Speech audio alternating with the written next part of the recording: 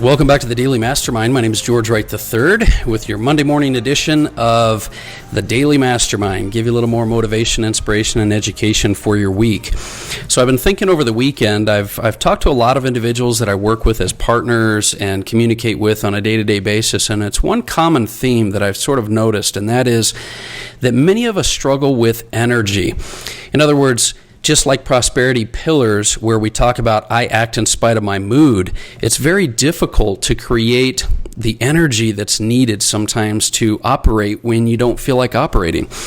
And I think that I've found over time, most successful individuals have found a solution somehow to motivate themselves, to create energy, to get themselves going when they're not normally in the mood to get going. And so this morning what I wanted to do is I wanted to turn to one of my favorite books, High Performance Habits by Brendon Burchard, because there's a little section in there that I think you'll find some value with. And in this section, he talks about, that's one of his key pillars is energy and how to manage and create and perform at a high level, high achiever level. And I'm going to read you a little section out of his book because he gives a great technique on how to basically increase your energy. So let me go ahead and go through that, and then I'll give you a couple of thoughts for the week to get you going. He says, in a decade of coaching high performance, I found that the easiest, fastest, and most effective way to help them create and increase their energy is to teach them to master transitions. Everyday people lose tremendous amounts of focus, will, and emotional energy by managing poorly their transitions. They also lose the benefit of greater mental and physical stamina throughout the day. What do I mean by transitions? Well, every morning when you wake up and start your day, you experience a transition from rest to activation. The start of your day is a transition. The time you drop off the kids and start the commute, you're a transition from family time to drive time. When you finish your commute to work, open the car door, and walk into the office, that's a transition from solitary time to working with others. At work, when you finish creating your presentation and now go to check email, that's a transition. You're going from creative mode to email mode. When a meeting ends and you walk back to your desk, sit down, and jump on a conference call, that's a transition. The workday ends. You hop back into the car and head to the gym. 2 more transitions. Pull up to your house after a long day and walk into your home and become a mom or dad, transition. You basically get the idea. Our day comprises of a series of transitions. Now let me stop for a second. I think it's very important to understand that sometimes we try to target areas of our life and we really don't analyze it. You can learn a lot from Brennan and several high achievers because they analyze enough about their life to understand the little intricacies that make the biggest difference. And I think that transitions are one of those things. He goes on to say, these transitions are immensely valuable, a powerful space of freedom between activities. And it's in this space that you'll discover your greatest restorer and amplifier of energy. So think about all the transitions you've experienced during your day. Take a minute and write them down. For myself, just kind of interrupting the thought here for a minute, I transitioned from getting up to going to the gym, to doing my morning rituals, to going into the mastermind, then do marketing, and then doing, mentoring and the individual consulting, to family, to evening rituals and relationships. There's so many transitions that if you can manage the space, it's like Wayne Dyer says, get in the gap. And it's in the space between the spaces that you gain your energy. So Brendon goes on to say, now let me ask you a few questions about your transitions. Do you ever carry over any negative energy from one activity to the next? Do you ever feel depleted but still plow into your next activity without a break, even though you know that you should take a breather? Are you losing a sense of presence and appreciation for life and others the further you go into your day? I love that one. Most people answer yes to all 3 of these things. I'm convinced that if we can get you to change the way you shift from one activity to the next, we can revitalize your life. So are you ready for an experiment? From now on, as you move from one major activity to another, try this. Step number 1, close your eyes for the next minute or 2. Step 2, repeat the word release in your mind over and over. As you do this, command your body to release all the tension in your shoulders, in your neck, in your face and jaw. Release the tension in your back and your legs.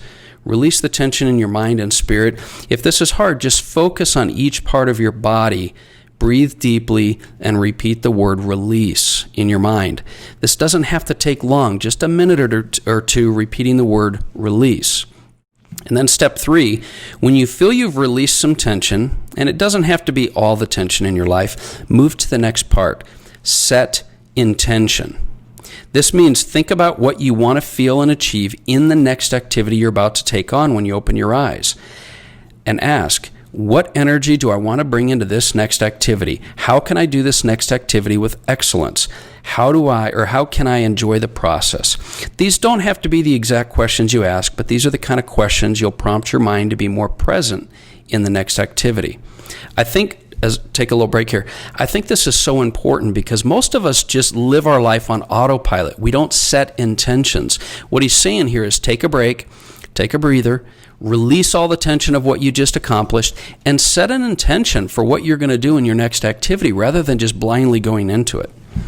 He goes on to say, this simple activity, practiced deliberately throughout the day, can help you manage stress and gain more presence. It's remarkably powerful. Don't believe it? Try it right now. You know what to do. Set this book down for the next 60 seconds. Breathe fully during the time. Release the tension in your body. Then ask yourself, what energy do I want to feel when I start reading again? How can I retain the information better? How can I enjoy the book? And so on and so forth. Now that you know how this practice works, you can imagine dozens of transitions to apply it to. Imagine that you're about to finish replying to some emails. Your next activity is to start creating a presentation. In the transition between the two, push back from your desk, close your eyes, repeat the word release until you feel tension lift and you find a moment of peace. Then set an intention for how you want to feel creating your presentation and how you want it to turn out. He says, I do this release tension, set intention activity before and after workouts, before I pick up the phone to call someone, before I write an email to my team, before I shoot a video, before I get out of the car and go to lunch. You too can find and summon new energy and life in the moments in between. Remember, just take a beat, close your eyes, and release tension, set intention. I think this is a great example of something that's very practical that you can start applying. I mean, I think we would all agree that Brendon Burchard is a high energy, high performance guy. And after coaching literally thousands of individuals, he's found that this is a process and a practice that works. And so I encourage you to try it as well. If for no other reason than to clarify and identify specific intent in your life. It's time. It's time for you to stop just living life and going through the motions without even thinking about it. Because we talk about your thoughts create your life, and you might be saying, well, I'm not doing a lot of positive, proactive, but your thoughts are being driven. Your life and the questions you ask yourself and the direction of your life is being determined by someone else. It's not just not being determined by you. It's being determined by outside influences, which means you're going down a path whether you like it or not. I love this idea of releasing tension and setting intention. Try that in your life today. That is a huge, huge, huge nugget that's taken him many, many years and thousands of clients to come up with, and it's been successful. I hope it's something that will help you in your life as well. Do that and practice that throughout this week. Let's make this week a week that you live and drive on intention, that you do on purpose, because if life is worth living, it's worth living on purpose. And that's my recommendation for you today. This has been the message. I hope this is something you can use throughout the week. Do me a favor, share this podcast. If you haven't downloaded the Daily Mastermind mobile app, do that. We've got some great resources in there. I look forward to talking with you a little bit more tomorrow. Once again, my name is George Wright III, and this has been the Daily Mastermind. Have a great day.